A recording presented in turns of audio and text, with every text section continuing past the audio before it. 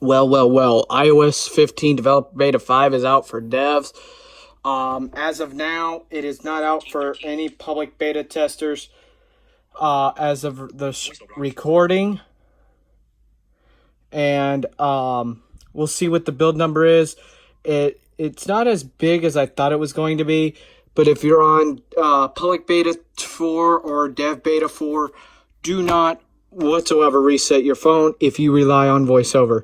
If you are blind or visually impaired, there is a workaround to it, and hopefully it'll be fixed. In this beta update, public beta should be out tomorrow to public testers, but it is not out until tomorrow for them. So I'm going to download this and we'll see what build number we're at. Also, to clarify, iPadOS is out too for dev beta testers. As you can see, it came in about 700 megabytes on this iPad mini 4. 711 megabytes to be precise. Is not out for public beta testers, FYI.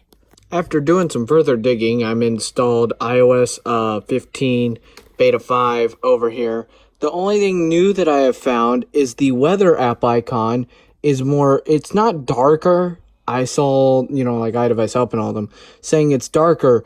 It just looks more rich, more like natural. Here's what it looks like naturally. And then if I pull it up over here on the 11, if Face ID will work, here's what the weather app used to look like. So it does look a little bit lighter on 15 up at the top of the icon, but it looks a little bit darker on the new icon, more like a crisp, clear, like partly cloudy day, especially here in Florida when it's really cold out in the winter. The sky gets really blue like that. So it's not like completely dark. There is a control center update where music recognition does apparently have a different little bit of an icon. Low power mode, you can apparently long press on it, and it would show up a menu, but it doesn't on the iPhone 7, but it does on the older iPhones, and I just killed my brightness. That's great. So some interesting bug where Siri keeps changing voices is happening. I don't know if it's because I just installed the beta on this device. We got a few new splash screens. Let's see if we got one in the weather app. I'm trying to open it. And no, we do not. I'm trying to do a gesture. App Store, no, has a new pop-up. As you can see here, it talks about how your location is used within the App Store. Hit continue. Another one is in podcasts. So if we tap on podcasts, you get another pop-up. There is also another one in the home app right here. I do not use home, but now you can use home keys. They have unlocked that in 15. I personally do not use home accessories right now. There are a few other things. I don't know if Notes has a pop-up. I'll check and I'll explore more later. But if you're still watching this video, why not subscribe to the channel for my follow-up this weekend, where I will go through all the new features on this 11 that is more up to date. And I'll tinker around Wednesday, tomorrow, Thursday, and Friday, and I'll let y'all know how that goes. I'm not resetting devices right now for the fear that that some things may go wrong, like they did on beta 4. And I may do it, I may not. We'll see.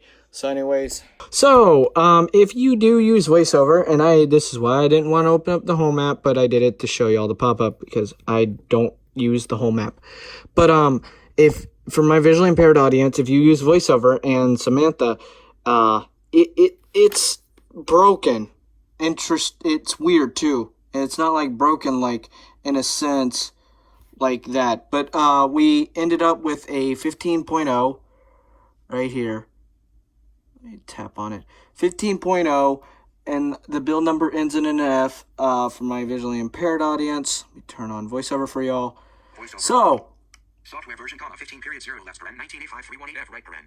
So as y'all can hear. Words, characters, edit, screen headings, activities, sound, activities. New activity selected. Serial number, software version, 15.0, 1985,318F. So the build number ends in an F, essentially. Voiceover with Samantha has been unstable, but every other voice has been working fine. I'm going to test this over the next few days. Subscribe to the channel to keep up with the follow-up here on the channel. But for my sighted audience so far, there's really no bugs that I can see on the surface. So if you want to download and install, go right ahead if you're on beta 4. If you're on 14.7, stay on 14.7.